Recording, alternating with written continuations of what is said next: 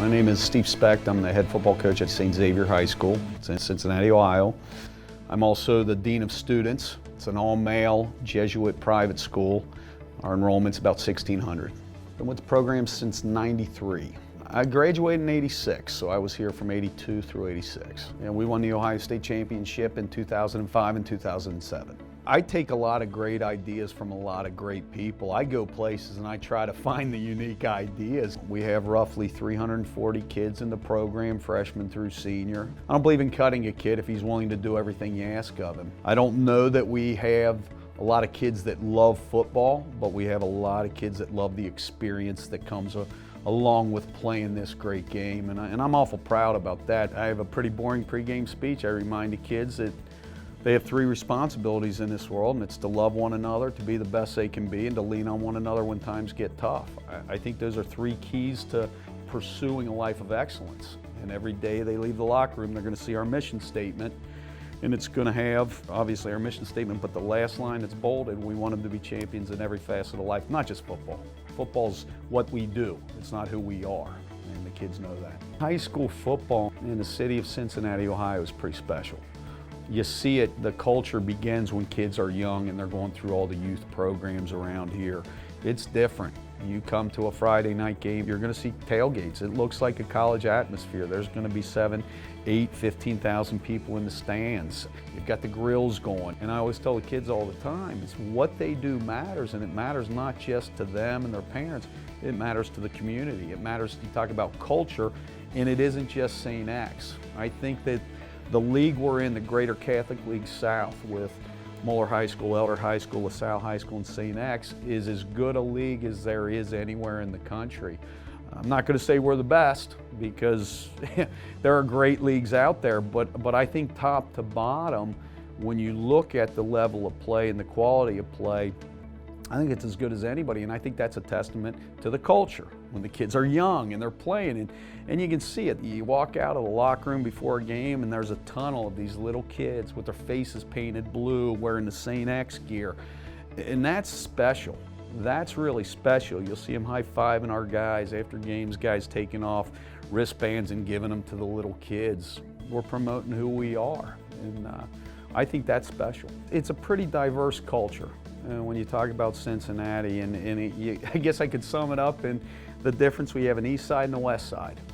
And traditionally, the west side was a little more blue collar, and the east side was a little more white collar. And running jokes, there have been comics or comedians that have done comic strips, and one of the deals was you had to have a passport to cross from the west side to the east side, or the east side to the west side. The way that the city structured, it was a very dense Catholic population. That's why we have so many private Catholic schools.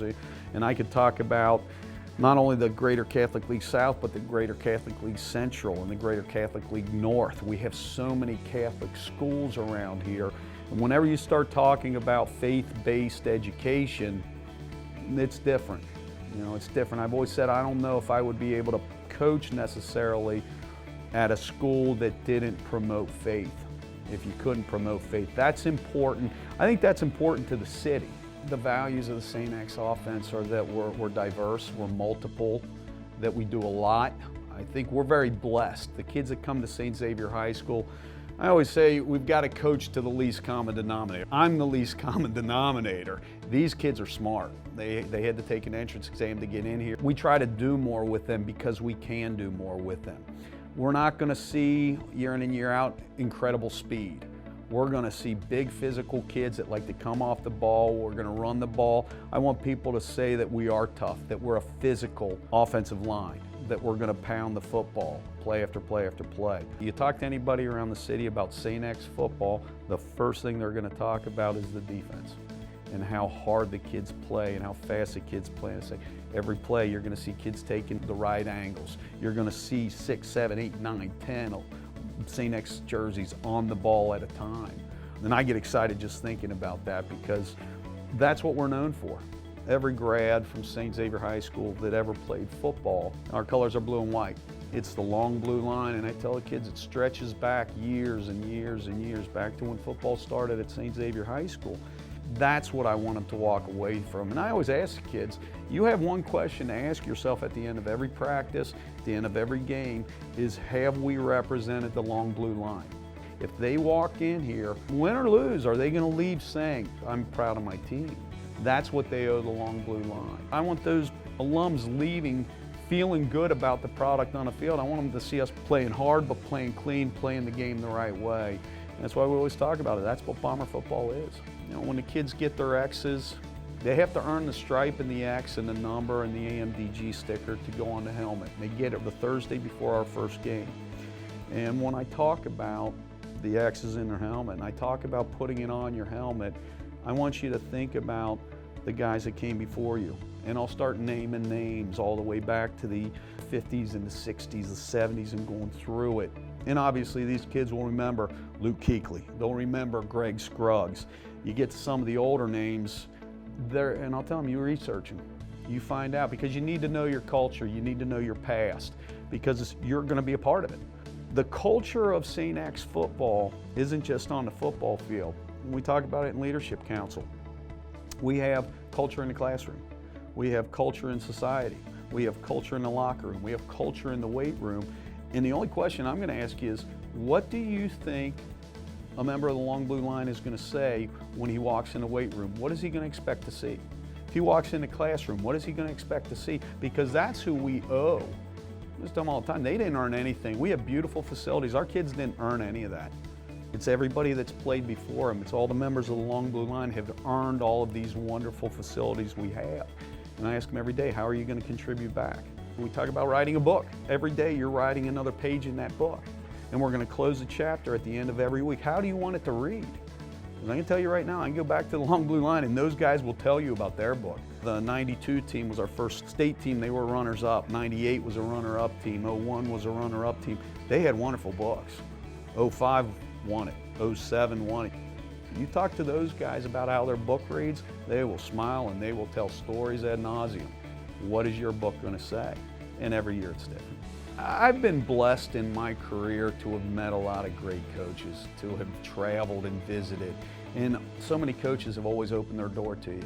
And you always walk in, they say, hey, I'm going to give you the good, I'm not giving you the clinic talk, I'm giving you the good stuff. And I've always appreciated that. And I've always felt that now that I'm an older coach, it's my responsibility to give back as so many coaches have given to me. So the gift is that now all the years that I was taking and taking and taking, now I get to give back what little knowledge I have. That's a gift. I guess the curse is teams catch up to what you're doing.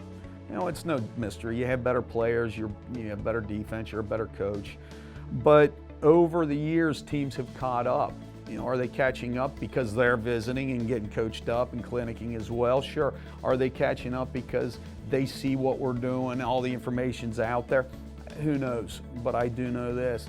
If we have better football players, it doesn't matter if you run a odd stack, a 4-3, a 50, a 3-4. You know, your kids have to believe in the system. And I think that's one of the things that we've been good at, is we are who we are. And we haven't changed. And kids know. They know if you start panicking and changing things, we haven't changed. We are what we are. We're better when we have better players, but the scheme is what it is, and we fit the puzzle as best we can and try to take advantage of personnel. But we have been blessed with some great players. I remember in 2007, we had a great defense, and it was one of the best that I've ever coached. Greg Scruggs, who I mentioned that plays with the Seattle Seahawks, was a 5 technique for us, and Luke Kuechly stacked behind him.